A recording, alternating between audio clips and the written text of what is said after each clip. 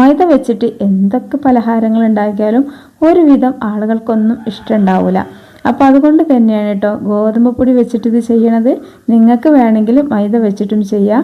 അപ്പോൾ അതിന് വേണ്ടിയിട്ട് ഞാനിപ്പോൾ ഇവിടെ കുറച്ച് മൈദക്ക് പകരം ഗോതമ്പ് പൊടി എടുത്തിട്ടുണ്ട്. നിങ്ങൾക്ക് അളക്കണമെങ്കിൽ അളക്കാം. ഞാനിപ്പോൾ അളന്നിട്ടൊന്നുമില്ല കേട്ടോ. നമുക്ക് അളക്കേണ്ട ആവശ്യമൊന്നുമില്ല. ഒരുപാട് കാലം അടുക്കളയിൽ ഇങ്ങനെ വർക്ക് ചെയ്യുമ്പോൾ എന്തിനാലും അളവിൻ്റെ ഒക്കെ ആവശ്യം.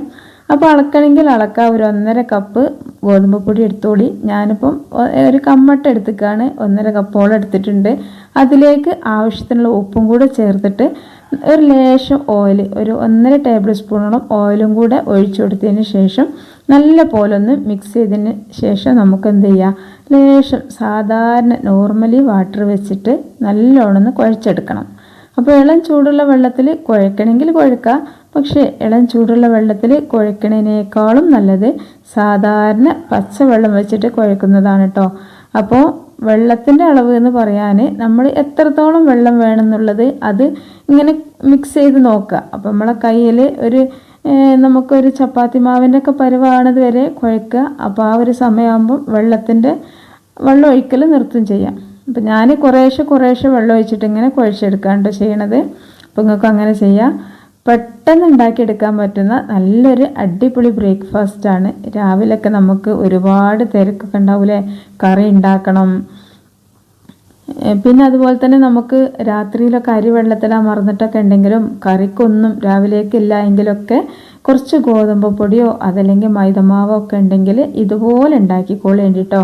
പിന്നെ നമ്മുടെ വീഡിയോ നിങ്ങൾ കണ്ടുകൊണ്ടിരിക്കുന്ന സമയത്ത് നമ്മുടെ വീഡിയോക്ക് താഴെ ലൈക്കൊക്കെ ഒന്ന് ചെയ്താളി, ചെയ്യാൻ മറന്നവരുണ്ടെങ്കിൽ. അപ്പോൾ ഞാൻ അത് നല്ലോണം കുഴച്ചിട്ട് കയ്യിൽ ഒട്ടിപ്പിടിക്കണ ഒരു പ്രശ്നമില്ല കേട്ടോ. നല്ല ഫ്രഷ് ആയിട്ടാണ് ഇരിക്കുന്നത്.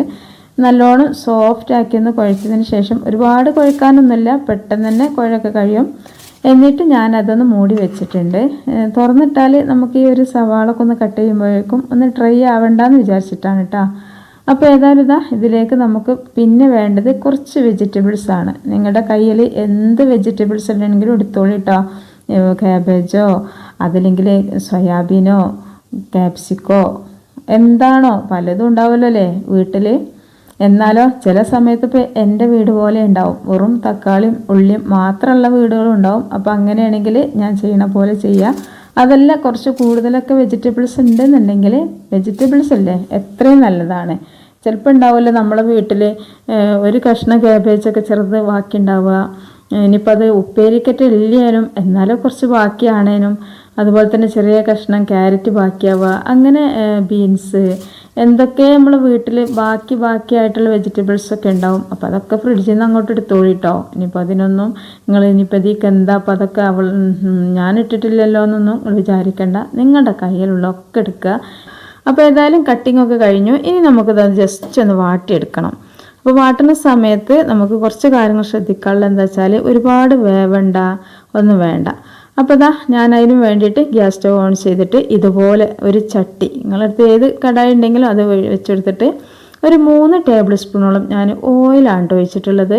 ഈ ഒരു തണുപ്പ് കൊണ്ട് തന്നെയാണ് നല്ല നെയ്യ് പോലെ നമ്മൾ സാധാരണ ഇതുണ്ടാവുമല്ലോ ആർക്കേജൊക്കെ അതുപോലെ നിൽക്കുന്നുണ്ട് ഇപ്പം ഓയിലൊക്കെ. അപ്പോൾ നിങ്ങളെ നാട്ടിലൊക്കെ തണുപ്പുണ്ടെങ്കിൽ ഒന്ന് കമൻറ്റ് ചെയ്യ്. ഇവിടെയൊക്കെ നല്ല തണുപ്പാണ് കേട്ടോ.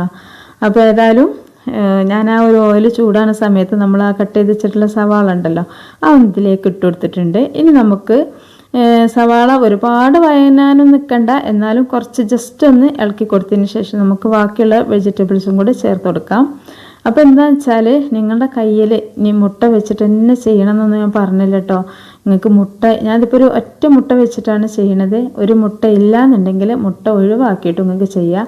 ഏതായാലും ഇതിലേക്ക് ചേർക്കുന്ന സംഭവങ്ങൾ കറക്റ്റായിട്ട് ചേർത്ത് കൊടുത്താൽ നിങ്ങൾക്ക് ഇത്ര നല്ലൊരു ചായൻ്റെ കടി നിങ്ങളുടെ ജന്മത്തിൽ നിങ്ങൾ കണ്ടിട്ടുണ്ടാവില്ല, കഴിച്ചിട്ടുണ്ടാവില്ല. അത്രക്കൊരു വെറൈറ്റി ടേസ്റ്റും നല്ല എളുപ്പവും, എന്നാലോ നമുക്കൊരുപാട് ചിലവ് ചുരുക്കുവാണ്, സമയം ഭയങ്കര ലാഭമാണ് കേട്ടോ.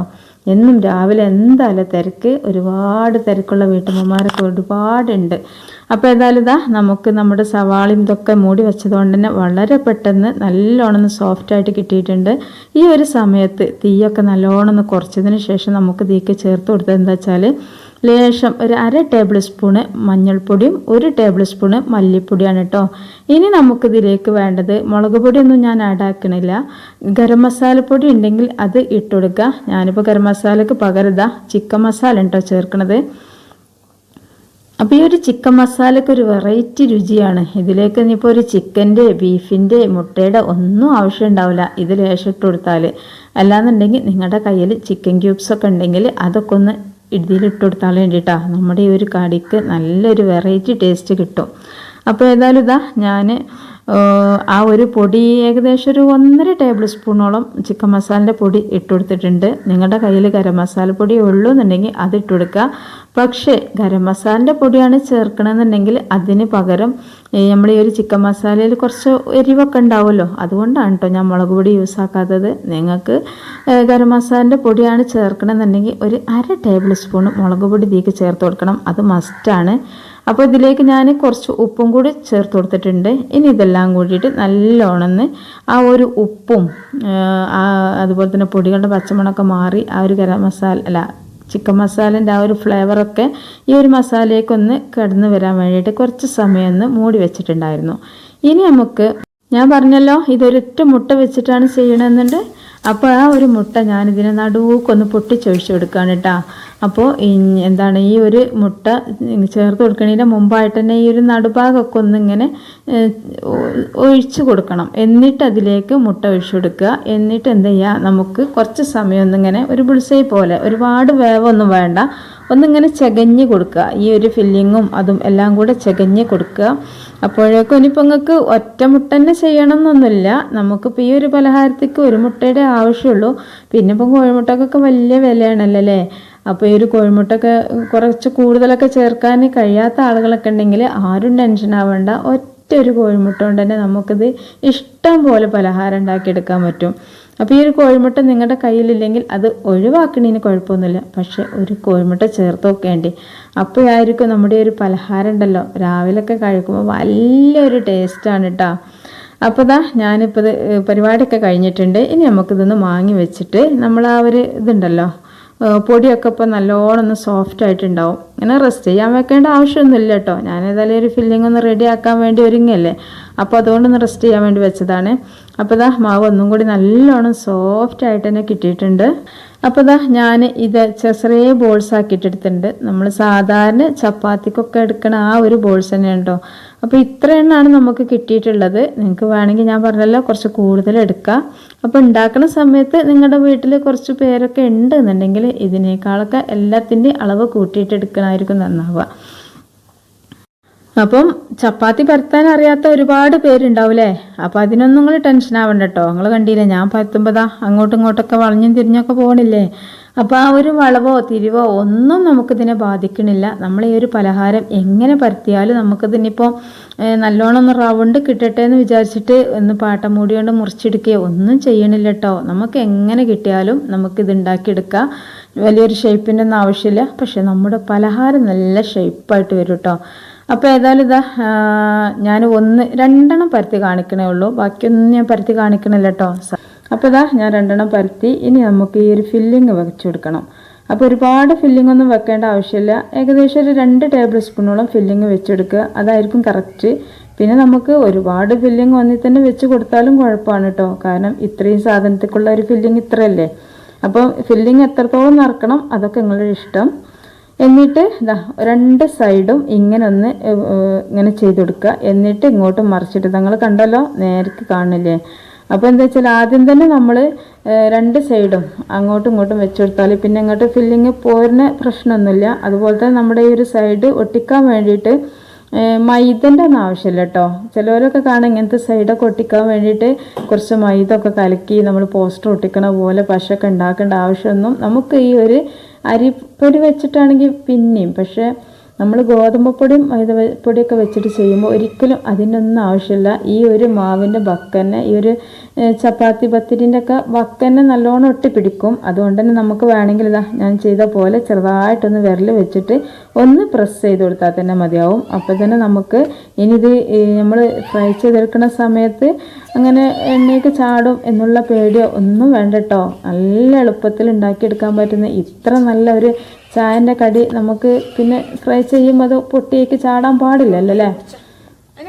അപ്പോൾ അതാ രണ്ടാമത്തെ ഞാൻ ഒന്നും കൂടെ കാണിച്ചു തരാം. കാരണം ചിലപ്പോൾ നിങ്ങൾക്ക് മനസ്സിലായിട്ടുണ്ടാവില്ല ഇത് എന്താ ഞാൻ ചെയ്തതെന്നുള്ളത്. അപ്പോൾ അതുകൊണ്ട് ഒന്നും കൂടെ കാണിച്ചു തന്നിട്ട് പിന്നെ ഒന്നും കാണിച്ചു തരുന്നില്ല കേട്ടോ. ഈ ഒരു രണ്ടാമത്തും കൂടി കാണിക്കുകയാണ്. നിങ്ങൾ കറക്റ്റായിട്ട് നോക്കി മനസ്സിലാക്കുക.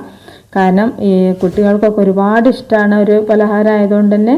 പിന്നെ അതുപോലെ തന്നെ നമ്മുടെ വീട്ടിൽ എപ്പോഴും ഉണ്ടാകുന്ന കുറച്ച് സാധനങ്ങൾ വെച്ചിട്ടല്ലേ നമ്മൾ ചെയ്യണത്. അതുകൊണ്ട് തന്നെ നിങ്ങൾ എന്ത് ചെയ്യുക, ശ്രദ്ധിച്ച് അതാ ഇങ്ങോട്ട് ആദ്യം മടക്കുക, പിന്നെന്ത് ചെയ്യാതാ ഇതുപോലെ ഒന്ന് ഇങ്ങോട്ട് മടക്കുക. അപ്പോൾ എന്താ പറയുക, ഈ രണ്ട് സൈഡും ഫില്ലായി. ഒരിക്കലും പിന്നെ ഇങ്ങോട്ട് ഈ ഒരു ഫില്ലിങ് ചാടൂല. പിന്നെ ഇങ്ങോട്ട് കൊടുക്കുക. അങ്ങനെ കൊടുത്തതാ ഇതുപോലെ ഒന്നും കൂടെ തിരിച്ച് കൊടുക്കുക. എന്നിട്ട് ഇത് ഇങ്ങോട്ട് കവർ ചെയ്യുക. എന്നിട്ട് എന്ത് ചെയ്യാതാ ഇങ്ങനെ വന്നിട്ട് ഇതാ ഇവിടുന്ന് ഇങ്ങനെ ഒന്നിങ്ങനെ ചെറുതായിട്ടൊരു പിച്ചൽ ഇങ്ങനെ കൊടുത്താൽ മതി. ഒട്ടിക്കല്ല, ഇങ്ങനെ പിച്ച് പിച്ച് കൊടുക്കുക. ഈ ഒരു ഭാഗവും ആ ഒരു ബക്കും പിടിച്ചിട്ട് ഇതുപോലെ ഇങ്ങനെ പിച്ച് പിച്ച് കൊടുത്താൽ നല്ലൊരു മോഡൽ, ഒരു ബോർഡർ നമുക്ക് കിട്ടുകയും ചെയ്യും. നല്ല ഒരു പലഹാരത്തിന് കാണുമ്പോൾ തന്നെ നല്ലൊരു ബോർഡറൊക്കെ വെച്ചിട്ടുള്ളൊരു പലഹാരമാവും ചെയ്യും. എന്നാലോ നമുക്കതിൻ്റെ സൈഡൊക്കെ നല്ലോണം ഒട്ടിപ്പിടിച്ചിട്ട് പിന്നെ ഒരു പ്രശ്നം നമുക്കത് ഫ്രൈ ചെയ്തെടുക്കുന്ന സമയത്ത് ഉണ്ടാവില്ല. അപ്പോൾ ഇതാ ഒക്കെ ചെയ്തിട്ടുണ്ട്. വളരെ പെട്ടെന്ന് ഉണ്ടാക്കിയെടുക്കാൻ പറ്റും ചെയ്യും. അപ്പോൾ ഇതിൻ്റെ വലുപ്പം നിങ്ങൾക്ക് ഇതിലും കുറക്കണം എന്നുണ്ടെങ്കിൽ നമ്മുടെ വട്ടിൻ്റെ നമ്മൾ ഓരോ ബോൾസ് ഉണ്ടാക്കിയല്ലോ, ചെറിയ ചെറിയ ബോൾസ്, അതൊന്ന് ചെറുതാക്കുക. എന്നിട്ട് പത്തിരിയും ചെറുതാക്കിയാൽ ഒന്നും കൂടെ ചെറുതാവും കേട്ടോ. അപ്പോൾ ഞാനിത് ഏകദേശം ഒരു പഴംപൊരിൻ്റെ വലുപ്പത്തിൽ ചെയ്യുന്നുണ്ട്. അപ്പോൾ ഒന്നെ മതിയാവും നമുക്ക് അത്യാവശ്യം നല്ലോണം വയറ് നിറയാൻ വേണ്ടിയിട്ട്. ഒരു 4-5 ചപ്പാത്തിയൊക്കെ കഴിക്കുന്ന ആളുകൾക്ക് നല്ല എളുപ്പമാണ് കേട്ടോ ഇത് ഉണ്ടാക്കാനും കഴിക്കാനൊക്കെ. പിന്നെ അതുപോലെ തന്നെ പിന്നെ ഒരു കറിൻ്റെ ഒന്നും ആവശ്യമില്ല. നമ്മളൊരു ഭൂരി ഉണ്ടാക്കുകയാണെങ്കിൽ ഭൂരിക്ക് വേറൊരു കറി അങ്ങനെയൊക്കെ വേണ്ടേ. ഇതിനിപ്പോൾ അതൊന്നും വേണ്ടല്ലോ, എല്ലാം ഇതിൻ്റെ കൂടെ തന്നെ ആയി. അപ്പോൾ ഇത് ലാസ്റ്റ് ആയപ്പോഴേക്കും നമ്മുടെ ഫില്ലിംഗ് ഒക്കെ കഴിഞ്ഞിട്ടുണ്ട് കേട്ടോ. അപ്പോൾ നിങ്ങൾക്ക് ഇതിലും കൂടുതൽ നിങ്ങൾ മാവ് എടുക്കുന്നുണ്ടെന്നുണ്ടെങ്കിൽ സവാളയുടെയും മുട്ടയുടെയും എല്ലാത്തിൻ്റെ അളവ് കൂട്ടിയിട്ട് ചെയ്തോളി. അല്ലെങ്കിൽ നിങ്ങൾ കുറച്ച് കൂടുതൽ തന്നെ ഉണ്ടാക്കിക്കോളി കേട്ടോ. കാരണം ഇതൊക്കെ മക്കളെ നമ്മൾ ഉണ്ടാക്കുമ്പോഴേ ഉണ്ടാക്കുള്ളൂ, എന്നൊന്നും ഉണ്ടാക്കൂല. എന്നും ഉണ്ടാക്കാം. രാവിലെ നമ്മൾ ചപ്പാത്തിയും കറി ഉണ്ടാക്കണതിനേക്കാളൊക്കെ എത്രയോ എളുപ്പമാണിത്. അപ്പം നമുക്കിതൊന്ന് ഫ്രൈ ചെയ്തെടുക്കാൻ വേണ്ടിയിട്ട് നിങ്ങൾ കണ്ടല്ലോ, എണ്ണ ഒരിത്തിരി ഓയിലാട്ടോ ഒഴിച്ചെടുക്കണത്. മുക്കി പൊരിക്കണമൊന്നുമില്ല, ലേശം ഓയിൽ. നമ്മളിപ്പോൾ ഭൂരിയൊക്കെ ഉണ്ടാക്കണ ഒരുപാട് ഓയിലൊക്കെ വേണ്ടേ, ഇനിയിപ്പോൾ അതൊന്നും വേണ്ട കേട്ടോ. അപ്പോൾ ഹൈ ഫ്ലെയിമിൽ തന്നെ ഇട്ട് വെച്ചും ചെയ്തോളി. കാരണം എന്താ പറയുക, നമുക്ക് ഈ രാവിലൊക്കെ ഉണ്ടല്ലോ ഭയങ്കര തിരക്കാണ് കാരം.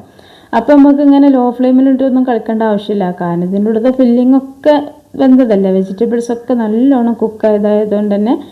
പിന്നെ നമുക്ക് ഈ ഒരു പുറം ഭാഗം ഒന്ന് വേവാനേ ഉള്ളൂ. അപ്പോൾ ഹൈ ഫ്ലെയിമിൽ ഇട്ടിട്ട് എന്ത് ചെയ്യുക, നല്ലോണം അങ്ങോട്ട് കത്തിക്കുമ്പോൾ തന്നെ പെട്ടെന്നൊരു ഭാഗം സൈഡ് ഇതാ ഗോൾഡൻ ബ്രൗൺ കളറായി വന്നിട്ടുണ്ട്. ഈ ഒരു സമയത്ത് നമ്മളിതാ ഒക്കെ മറിച്ചിട്ടും കൊടുത്തു. പിന്നെ കുറച്ച് സമയമാകുമ്പോഴേക്കും രണ്ടാമത്തെ ഭാഗം ഇതുപോലെ ആയിട്ടുണ്ട് കേട്ടോ. വളരെ പെട്ടെന്ന് ഉണ്ടാക്കിയെടുക്കുകയും ചെയ്യുക. പിന്നെ അതുപോലെ തന്നെ ഈ കുട്ടികൾക്ക് ഒരുപാട് ഇഷ്ടമാവും, വലിയവർക്ക് ഒരുപാട് ഇഷ്ടമാവും. അപ്പം എന്നും നമ്മളിപ്പോൾ ഒരു ഹോട്ടലിൽ കയറിയിട്ട് ഇതുപോലെ ഒരു കടി നിങ്ങൾ ചോദിച്ച് നോക്കൂ, ഇത്ര ടേസ്റ്റൊന്നും ഉണ്ടാവില്ല കേട്ടോ. അവരെന്തൊക്കെയാണ് അതിൻ്റെ ഉള്ളിൽ നിറച്ചിരുന്ന പോലും നമുക്കറിയില്ല. എന്നാലും നമ്മൾ വലിയ സംഭവമായിട്ട് നമ്മൾ വാങ്ങും. കാരണം എന്താ, ഒരു കടിക്ക് ഇപ്പോൾ 15 രൂപയാണല്ലേ. അപ്പോൾ 15 രൂപേൻ്റെ വില നമുക്ക് മനസ്സിലാവുമ്പോൾ നമ്മൾ വിചാരിക്കും അത് വലിയ സംഭവമാണെന്ന്. പക്ഷെ നമ്മളെ വീട്ടിൽ ഇത്തിരി ഗോതമ്പ് പൊടിയും ഇതൊക്കെ ഉണ്ടെങ്കിൽ നമുക്ക് ഇഷ്ടം പോലെ ഉണ്ടാക്കുകയും ചെയ്യാം. നമ്മളിപ്പോൾ ഹോട്ടലിൽ നിന്നൊക്കെ ഒന്ന് കഴിച്ചു, പക്ഷെ രണ്ടാമത്തെ കഴിക്കാൻ നമുക്ക് ആഗ്രഹമൊക്കെ ഉണ്ടാവും. നമ്മളെ കൂടെ ഇരിക്കുന്ന കുട്ടികൾക്കൊക്കെ ഉണ്ടാവും. പക്ഷെ രണ്ടാമതൊന്ന് വാങ്ങി കൊടുക്കാൻ നമ്മൾ ആ ഒരു ക്യാഷിൻ്റെ ഇത് വിചാരിച്ചിട്ട് നമ്മൾ വാങ്ങി കൊടുക്കൂല. ഇഷ്ടത്തിനനുസരിച്ച് കഴിക്കാനോ ഒന്നും ഉണ്ടാവില്ല. അപ്പോൾ എന്ത് ചെയ്യുക, ഇങ്ങനെ ചെയ്യാട്ടോ. ഇഷ്ടംപോലെ ഉണ്ടാക്കാൻ വേണ്ടിയിട്ട് വീട്ടിൽ തന്നെ ഇതുണ്ടാക്കുക. അതുപോലെ തന്നെ ഇപ്പം നിങ്ങൾ കണ്ടല്ലോ അല്ലേ, എന്താ ഭംഗി കാണാൻ. എന്നാലേ കഴിക്കാൻ നല്ല ടേസ്റ്റാണ് കേട്ടോ. അപ്പോൾ ഇത് ഒന്ന് കിട്ടിയാൽ മതി, ഒരെണ്ണം കിട്ടിയാൽ തന്നെ നമുക്ക് വയറ് നിറയും. അപ്പോൾ എല്ലാവരും ഇതൊന്ന് ട്രൈ ചെയ്ത് നോക്കുക. നമ്മുടെ വീഡിയോയ്ക്ക് താഴെ ലൈക്ക് ചെയ്യാൻ മറന്നവരൊക്കെ ഉണ്ടെങ്കിൽ ഒന്ന് ലൈക്ക് ചെയ്യുക. പിന്നെ സബ്സ്ക്രൈബ് ചെയ്യാതെ കാണുന്ന കൂട്ടുകാരൊക്കെ ഉണ്ടെങ്കിൽ സബ്സ്ക്രൈബൊക്കെ ഒന്ന് ചെയ്യുക. ഇതുപോലുള്ള സിമ്പിൾ വെറൈറ്റി ആയിട്ടുള്ള ഇതൊക്കെ നമ്മൾ കൊണ്ടുവരുമ്പോൾ നിങ്ങളെ ഫോണിൽ വേഗം വന്ന് നിൽക്കും കേട്ടോ. പിന്നെ നിങ്ങളെ ഫാമിലി ഗ്രൂപ്പൊക്കും ഫ്രണ്ട്സ് ഗ്രൂപ്പൊക്കെ ഒന്ന് ഷെയർ ചെയ്താൽ കേട്ടോ. എല്ലാവർക്കും ഇഷ്ടമാവും. എല്ലാവരും ഒന്ന് ഉണ്ടാക്കട്ടെ. വലിയ ചിലവോ കാര്യമോ ഒന്നുമില്ലല്ലോ. പിന്നെ ഞാൻ എപ്പോഴും പറഞ്ഞ പോലെ തന്നെ നമ്മളൊരു ഫേസ്ബുക്ക് പേജൊക്കെ തുറന്നിട്ടുണ്ട്. അതിലും ഇതുപോലെ കുക്കിംഗ് ഒക്കെയാണ് കേട്ടോ. അതുകൊണ്ട് ഫേസ്ബുക്ക് കാണുന്നവരാണെങ്കിൽ അവിടെ പോയിട്ട് കാണുക. പിന്നെ ഫേസ്ബുക്ക് പേജ് നിങ്ങളൊന്ന് ലൈക്ക് ചെയ്യണം കേട്ടോ. നിങ്ങൾ വീഡിയോ ഇതിൽ കാണില്ലെങ്കിലും നമ്മളൊന്ന് ലൈക്ക് ചെയ്തിട്ടൊന്ന് സപ്പോർട്ട് ചെയ്യണേ. അപ്പോൾ ഇനി അടുത്ത വീഡിയോ ആയിട്ട് വരാം. അതുവരേക്കും നമ്മുടെ എല്ലാ കൂട്ടുകാർക്കും ഒരുപാട് സ്നേഹത്തോടു കൂടി അസ്സലാമു അലൈക്കും വറഹ്മത്തുള്ളാഹി.